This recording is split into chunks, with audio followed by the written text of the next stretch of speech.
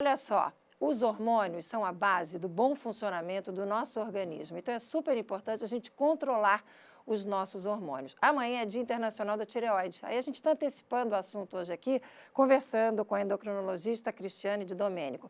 Ela é também pós-graduada em Medicina do Esporte e do Exercício. Oi, doutora Cristiane, bom dia. Muito obrigada por ter aceitado o nosso convite. Bom dia, Márcia, o prazer é meu. Bom dia a todo mundo que assiste a gente aqui. Tão importante a gente falar sobre os hormônios, né? Principalmente no momento de pandemia. Hoje a gente trouxe uma pesquisa, agora há pouco a gente divulgou o resultado de uma pesquisa que mostra que os brasileiros estão, infelizmente, se descuidando muito da saúde nesse momento de pandemia, deixando de ir ao médico, deixando de fazer aquele exame preventivo. Agora, os hormônios a gente precisa medir, né? Porque muitas vezes a gente pode estar sentindo coisas que a gente não sabe de onde vem e é um hormônio desregulado. Os hormônios, eles são a base do bom funcionamento do corpo, a começar pela tireoide, por isso um dia específico para chamar, para alertar sobre essa glândula tão importante que cuida do metabolismo do corpo como um todo. E também é importante saber que ela pode ser afetada pelo Covid-19, então de forma transitória ou até permanente. E a gente vê no consultório isso. Eu assisti a reportagem e é uma coisa bastante visível. As pessoas, até para quem sabe que tem problema de tireoide, tá o ano inteiro sem investigar, sem ver como é que estão os hormônios, sem avaliar. E é muito importante reavaliar sempre. Quais são os sintomas que podem ser sinal de alerta? Vamos começar falando sobre a tireoide, porque depois, gente, a gente vai falar sobre a melatonina, que é o hormônio que regula o sono. Então, assim, mas vamos começar pela tireoide. Quem está nos acompanhando agora, está em casa, está sentindo que tipo de situação que a senhora diria assim, atenção, é sinal de alerta, pode ser distúrbio de tireoide? A tireoide, ela pode ter basicamente dois problemas hormonais, né? Que seria primeiro e o mais frequente, que pode afetar até 5% das mulheres, e não tem muita idade, sabe, Márcia? Se falava em após 40 anos, mas hoje em dia a gente já vê pessoas muito jovens com problemas de tireoide, que é o hipotireoidismo, que é quando a tireoide ela está mais lenta, mais preguiçosa, e aí os sintomas são cansaço, queda de cabelo, pele seca, falta de memória, o intestino começa a funcionar de forma mais lenta, uma coisa muito prevalente que é a dificuldade de emagrecer.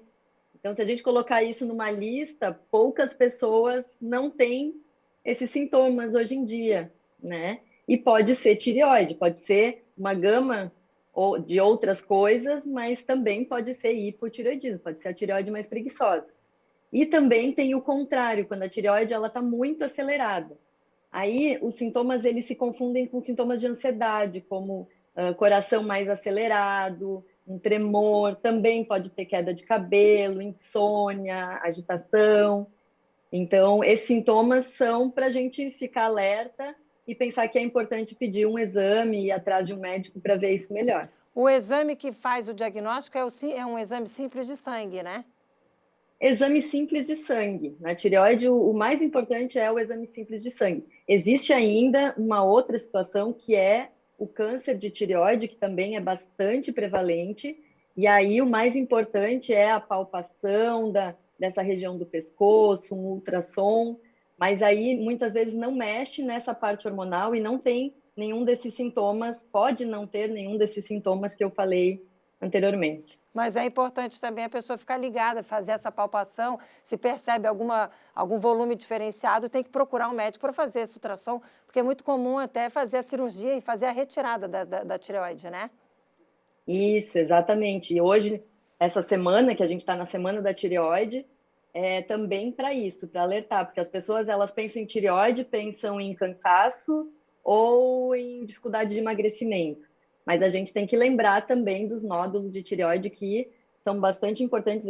O tratamento do câncer de tireoide, ele pode ter 100% de cura, na maioria das vezes ele tem 100% de cura, mas ele precisa ser investigado e ser tratado. A medicação da tireoide é importante tomar realmente em jejum?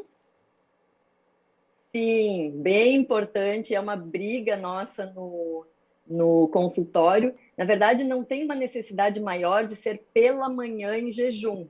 Alguns estudos já mostram que até poderia ser à noite, porém teria que ter no mínimo 2 horas de tempo de intervalo entre a última alimentação e a tomada da medicação. Isso, na verdade, é porque tem uma melhor absorção do comprimido, da substância, quando o estômago está mais vazio. 2 horas? Eu sabia que era meia hora de jejum. 2 horas? 2 horas, meia hora após. Então, se alimenta, 2 horas após, daí toma a medicação, e aí pode aguardar 30 minutos para se alimentar novamente. Então, antes do café da manhã, acorda, toma o comprimido. Eu falo, eu tomo remédio da tireoide todos os dias, tá, Márcia? Eu tenho hipotireoidismo, né? Médico também fica doente, como eu falo. E eu sempre oriento deixar um copinho do lado da cama, acorda, já toma o seu comprimido, depois faz sua higiene pessoal, as suas coisinhas, né, a roupa, e por último toma o café, que teria que ser 30 minutos após essa tomada, pelo menos. E com relação à melatonina, que é o hormônio do sono, muita gente toma, faz a suplementação, mas também não faz de forma correta, né? A melatonina ela é conhecida como o hormônio do sono, mas, na verdade, Márcia, durante o sono, existe uma orquestra, uma sinfonia, como a gente chama, dos hormônios, porque é o momento que alguns hormônios eles se elevam, outros diminuem, e tudo isso é regido pela melatonina.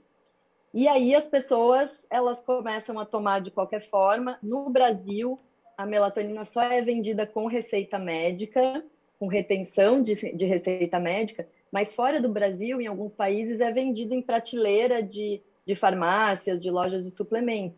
E aí as pessoas compram em qualquer dose. Mas o excesso da melatonina pode levar a fadiga, a sensação que a gente chama de ressaca, que é uma enxaqueca, dor de cabeça. Então, às vezes, a pessoa acha que está tomando uma medicação para ajudar no sono e acordar melhor e começa a acordar cada vez pior. E, às vezes, até tenta aumentar a medicação para ver se melhora. Mas, por isso que no Brasil, um dos motivos que no Brasil ela entrou como uma medicação com receita controlada, receita retida, para não ter esses abusos de uso de melatonina. Mas o que é o ideal? O que é o uso correto? O uso correto é começar sempre numa dose bem baixinha. A gente tem doses entre 1 miligrama e vai até 10, 20 miligramas, enfim. Mas o ideal é, primeiro, consultar seu médico, né? Se está com problemas de insônia. A gente sabe que após os 60 anos, a melatonina pode diminuir até 50% da sua produção. Então, por isso também que os idosos começam a ter mais problema de sono, né? E o ideal é procurar seu médico, mas é começar sempre numa dose baixinha e subindo lentamente a dose e vai tateando, porque não tem uma dose, eu tenho mais insônia, então minha dose vai ser mais alta. Não, depende do funcionamento de cada organismo e depende do motivo dessa insônia também. Valeu. Né? Então, Valeu, doutora Cristiane, muito obrigada pelos esclarecimentos. Ótimo ter esse bate-papo nessa segunda-feira para a gente começar bem a semana. Obrigada pela participação, ótimo dia, ótima semana, até uma próxima oportunidade. Eu que agradeço. Um abraço para você. Tchau, tchau. Vamos lá, gente. Lembrando, quer rever as nossas entrevistas?